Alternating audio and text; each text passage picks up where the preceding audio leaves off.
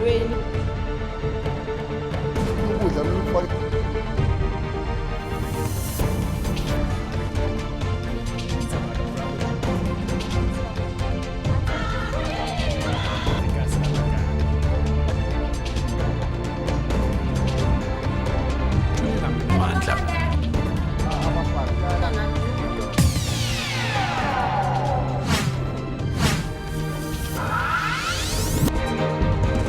The summer of the year 2017 will remain in Mhlengi's memory forever. One minute, he was looking forward to the December holidays and starting high school the following year. The next, he's on a hospital bed, fighting for his life. Ungayenza kanjani operation yaseswini yasezandleni? Appendix ihleli best kwabantu bashone at least. Akaze ngizwe kuthiwa waphuma izandla neenyawo because of the appendix. Engiqala ngqa. When he went to the first operation, they were told why they are going there. When they went for the second operation, they were told also. When they went for the third, they were told also.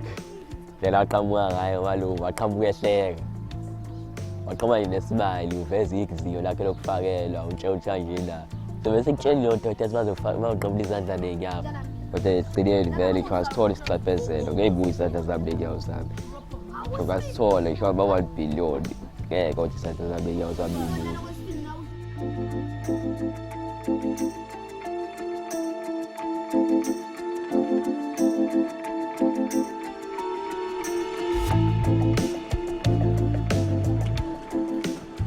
When children complain of a sore stomach, mothers often administer a home remedy and hope that the problem goes away. It often does. But for Mhlengi's mom, it proved to be the beginning of her worst nightmare.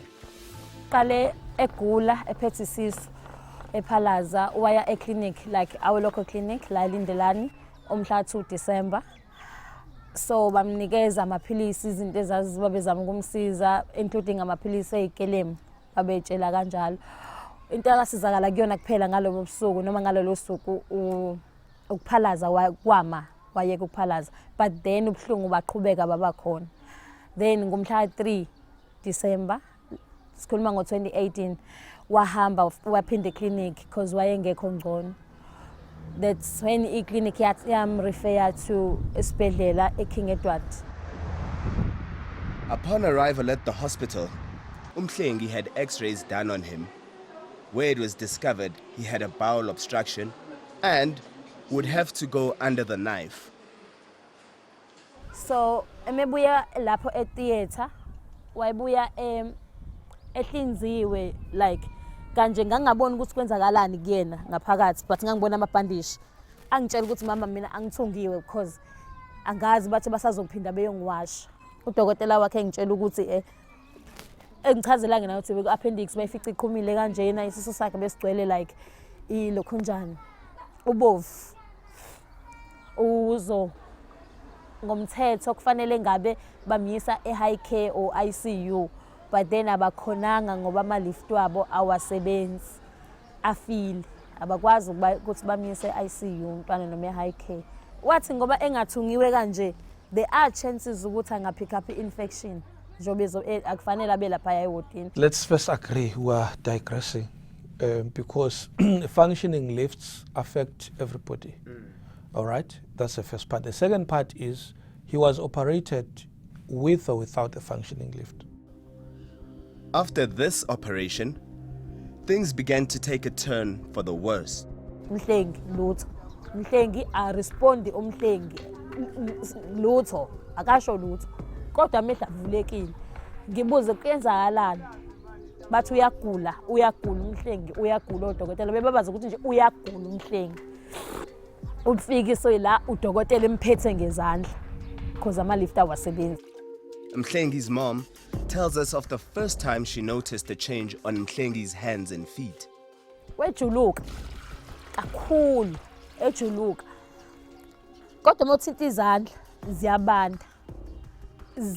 Zishintsha umbala ziba blue. Nje ziyinto embi nje. Engathi ziyasha ziba blue. Hawu kanjani neenyawo. ziyabanda izandla neenyawo.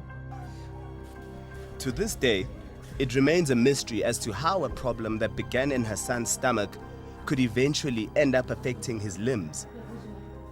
Ngiyadideka ukuthi yini ehlanganisa isisu nezandla. Ungayenza kanjani operation yasesiswini yasezandleni? Appendix ihleli best kwabantu bashone at least. Akaze ngizwe kuthiwa waphuma izandla neenyawo because of i-appendix engiqala ngqa. Every time she went to the hospital, she would find her son's situation much worse than the previous time she had seen him. Kusemilwe izimpethu. Bathi bafike bambhandisha after kade ngibuza kabhandishiwe ngani angibuzanga umuntu ngabuza kuyena. Bafikile after mina bambhandisha. Kanti ngicabanga ukuthi bavalele impethu ngaphakathi. Zakhula zaphethuza ngendlela yokuthi Mhlengi uthi ithambo walibona. Although she was receiving updates about her son's condition, sometimes she would get lost in the medical jargon. Athi udokotela kumina angitshele ngento ekuthiwa i-adrenaline. Adrenaline mina Mhlengi Dumisa angiyazi noma iyaphuza noma iyajova noma yenziwani. Athi sayisebenzisa i-adrenaline kumhlengi because umhlengi wayeyidinga to sustain life. But then i-adrenaline kamhlengi, i-adrenaline masifaka kumhlengi yanciphisa umthambo kamhlengi. Kuthiwa i-adrenaline ofaka i-adrenaline leyo umthambo wakho uba u-half size walokho kade uyikhona. Unfortunately ekamhlengi yavaleka kusho udokotela. So manje ithini way forward? The next time she saw her son, he was begging to have his limbs cut off. Masigene wodini imina noma mncane. Athi usisi wami omncane. Athi ngithi ngiyangena athi mama unganqabi. Athi ungasanqaba ma. Athi ungasanqaba. Ungasanqaba ziyangidla impethu. Ngithi mhleba ngingangizile ukuzonqaba ngizokusupporta kwenzakalani. Athi ngidliwa izimpethu muvuleleni umama bona. Ungasanqaba ma. Nami angithandi kodwa ngiyavuma njengamanje kodwa ayikho into engizoyenza wakhala. Wasikhalela ngalo ndlela Mhlengi. Sadideka sayikhalela nathi.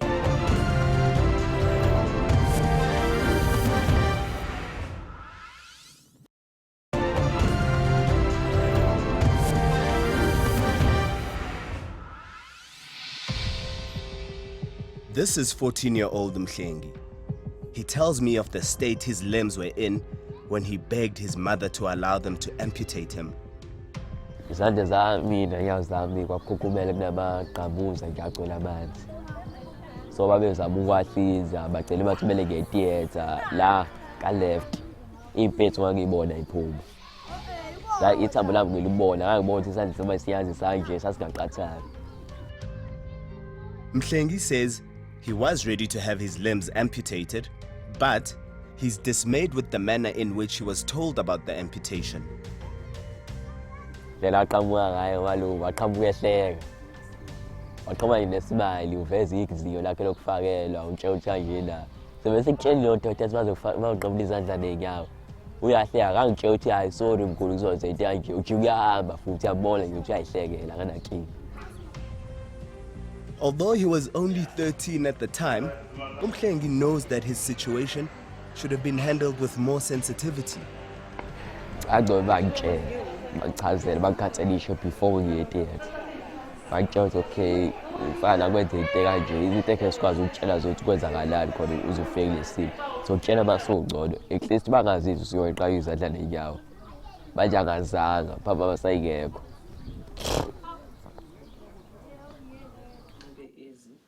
When he woke up after his double amputation, most likely heavily medicated, Mhlengi says he remembers feeling a sense of relief. Ayi ngalolo suku ayeke into ayibuya kahle. Ngajabula ukuthi bayisusile ngoba ngase ngabi impethu. Ngajabula ukuthi nje lese sasila ka left sona sasiwest. Sona ngaqala ngaso ukuthi asikho. Ngijabulela sona and yangise ihlokweni. kodwa abayibuyanga kahle kakhulu. Unfortunately, this sense of relief was short-lived. The meds started to wear off, and reality began to sink in. Soon, it was time for him to return home. Ngingazizwa kabi khona. Ngoba ngazange ukuthi abantu balanga ngibafisa kanjani. Abantu balanga beyazi ngihambela kuney'nyawo. Manje bangasengisho. Kunzima mfana madoda.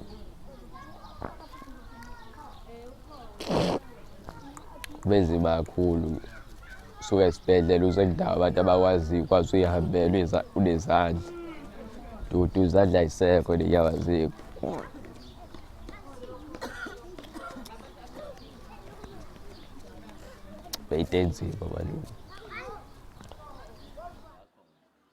Being back home means being thrust back into life. Life as you know it, only this time, for Mhlengi, it would be without his hands and feet. Abantu bala bebona ukuthi abangithathi serious yabo. Mina abantu balani. Ekugcineni incazelo ngiyazi ukuthi incazelo ukuthi ngibene ngayolisa. Engidinga kakhulu incazelo ukuthi hayi izandla zami zayiqayuliwe. Ngangena nginesandla ngiphethwe isizwe. Why izandla zami zayiqayuliwe? Ndiwazi yoncazelo malume. So izandla zami zayiqayuliwe. Angazi nabanye uma bangibuza nabanye akanayo incazelo.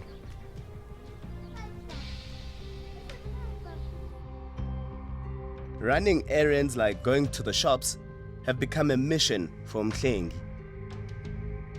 Bengicela ngisho kuyesitolo, bengisabi kuyesitolo. Even uma kuyesitolo, begqoka ijakhethi ilangashisa ngenzela ukuyifihla kubantu. Umuntu azaqala ukujwayeza le mpilo le uma niceba. Ukuthi kumele kuhambe free kasembuto. He feels angry that it has been 2 years and he has never received an explanation as to what led to his arms being chopped off. Umuntu ekithi angisabuyisaba kakhulu, umuntu angibuza athi awumlu yindaba kwenzakaleni, ngizokuchazela ngisile ichazelo ngayazi. Akazi ukuchazela ngisile izandla zabakazi aqayula ngenxa yani. Umuntu uma ebuza ukuthi kwenzakalani uzomphendula ngithini. Ngizothi kanje ngagula ngiphethwe isisu nesting izandla zenyawo ingasekho. Mhlengi looks back on the days before the amputation with heartache as they may be forever gone.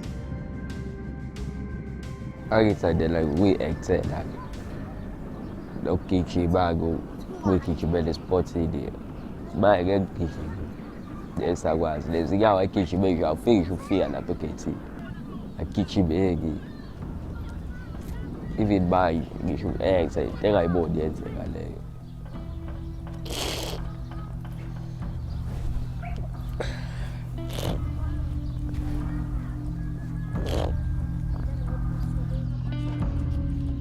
Mhlengi lives with his parents, younger sister, and Mamncane in a single-bedroom house.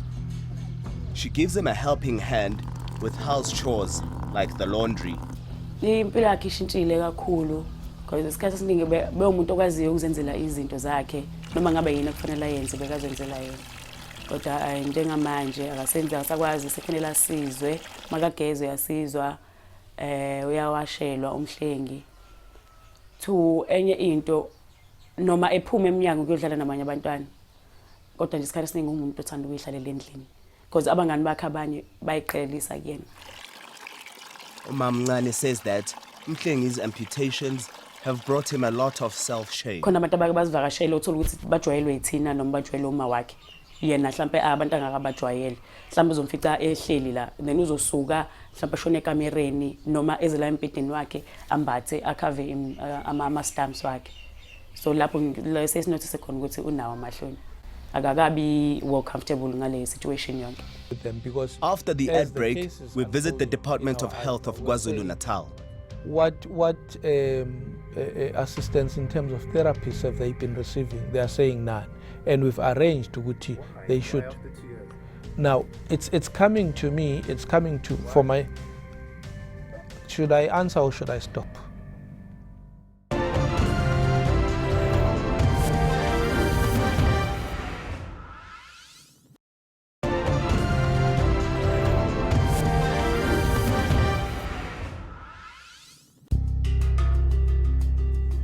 After obtaining consent from both Mhlengi and his parents, we sat down with the occupational therapist to get to grips with the impact of Mhlengi's injuries.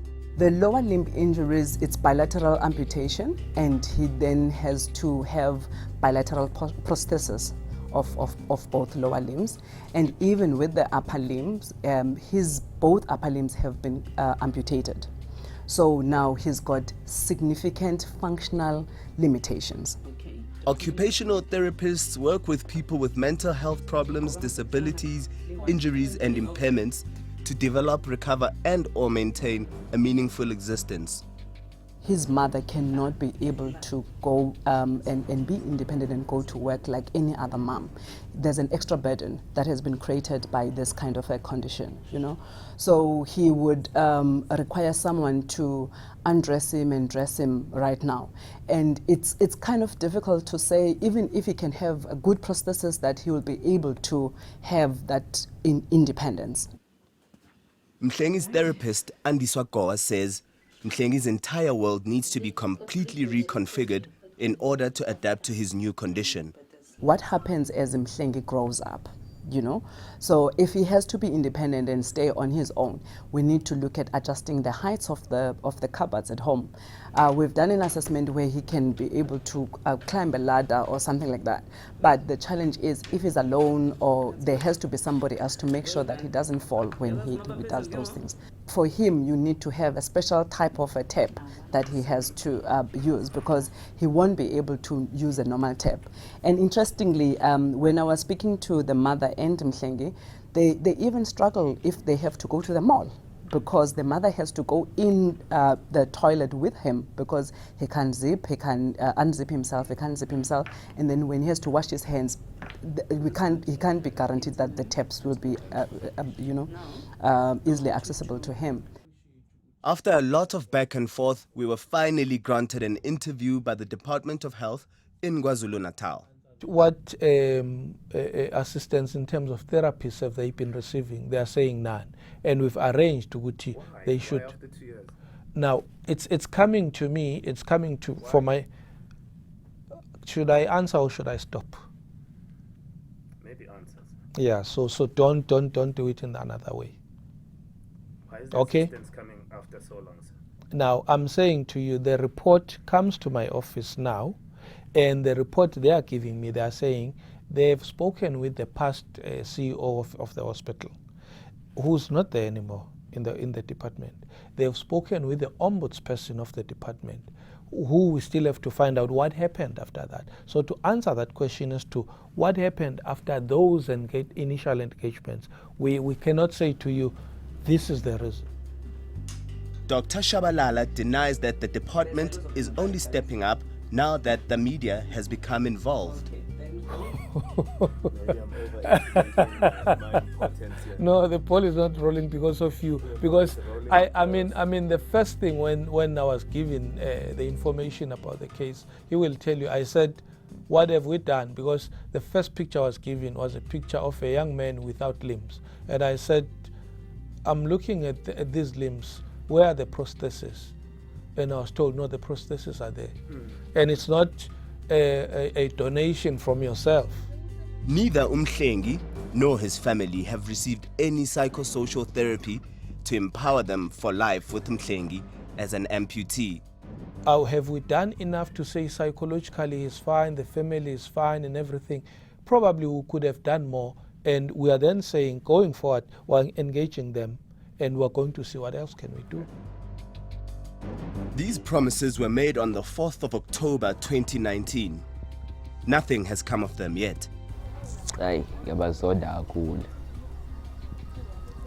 Ngiyabazoda kakhulu abodokotela bezalethwa kumina ngoba ucabanga mhlawumbe ngake waba yodokotela. Babazoyenza imizamo ukuthi kucinekise high care. Ngabuye leyo dini yothola infection. Ngoba lokho engikuzwayo manje. The issue of what is the causal factor, it's when already there is a sore or there is a wound. You are hardly able to say what caused this wound. Umoya uphukile ngikude ukuhila kulento. Ngikude ukuhila akaze bangitshela ukuthi kwenzakalani ngaphandle kwale adrenaline. sathenjiswa abantu abathile abayizikhulu ezithile zakhona kwa health ukuthi bayeza bazosichazela namhlanje kaze bafike. Ekugcineni mangibuza manje even on WhatsApp umuntu okade wokugcina bengimthembile ukuthi lolu daba uliphethe kahle akasabuyeli futhi naye kumina. Ngibona ukuthi bathulile bagenca baqeda. The Dumisa family is currently in the process of seeking legal advice to deal with the Department of Health in Kwa Zulu Natal. We always encourage people to actually go back to the place that treated them. So you'll go back to that healthcare facility and lodge a grievance, because all facilities have a grievance process. If that fails, there is a health ombudsman who is available to help people that are aggrieved in both the public and the private sector. So how the health ombudsman works is you will lodge your claim or your complaint rather about that facility. And when I say facility, it could be something that they did at the facility. It could be treatment that was incorrect. You could have just felt like they weren't looking after you properly. So they may have spoken out of turn. They may have given you the wrong medication. The Department of Health has cleared itself of any wrongdoing through apparent reports that have only been seen by them. Besides having asked for these, the Dumisas have been shunned. I've read at least 2 separate reports, and one of them is from somebody who was not in touch with the patient at all during his time of management in our institutions. That is from the clinic until the hospital. And having read those reports, the one report particularly from the independent doctor that we consulted, the one statement, which I'm going to say it because I've told the family, is that worse could have happened. And the family themselves, they tell you at some stage the child had to be assisted in terms of the functioning of the kidneys. So there is no way I'm saying when I read those 2 reports that doctors were negligent here, that doctors were negligent there. I couldn't find anything on those reports. It's pain and suffering, loss of amenities of life, the disability, the disfigurement that he suffered. In this case, looking at just the double amputation below the knee, I would look at something similar to that 9.5 million in the precedent case. I can't comment on the hands. It's difficult to find one that is exactly like his, where he's lost almost both of his hands and both of his legs at the same time. What Department of Health angizuku spoon feed ukuthi ungenzele ini. Kodwa umuntu nomuntu olaphaya phezulu emnyangweni akakethatha le situation ayibhekise kuyena ebese buka ukuthi yini yena beke ngayi-expect enengane elimale kanje esibhedlela waqeda wangaqonda ukuthi kwenzakale ini. Angifuni ukubatshela ukuthi benze ini because kube ngazuthi ngiyabafunza abenze lento bebezofisa yenziwe kubona right ebizobathokozisa noma kwaziwa ukuthi ayikho iamount yemali noma yomuzi noma yemoto noma ibhano engabuyisa izandla zomntwana nezinyawo, but abenze oku-right futhi asingisibona isidingo se-delay because le akekho ngazi ukuthi ayikazi bekhona. Ayikho impilo engikwazi impilo nomhlengi ayiphileki njengamanje. Sixephezela mhlawumbe zakufile ngaqondo. Kodwa egcineni vele kwasithola isixephezelo ngeyibuyisa izandla zami nenyawo zami. Ngasithola ngisho ama-1 billion ngeke kodwa izandla zami nenyawo zami.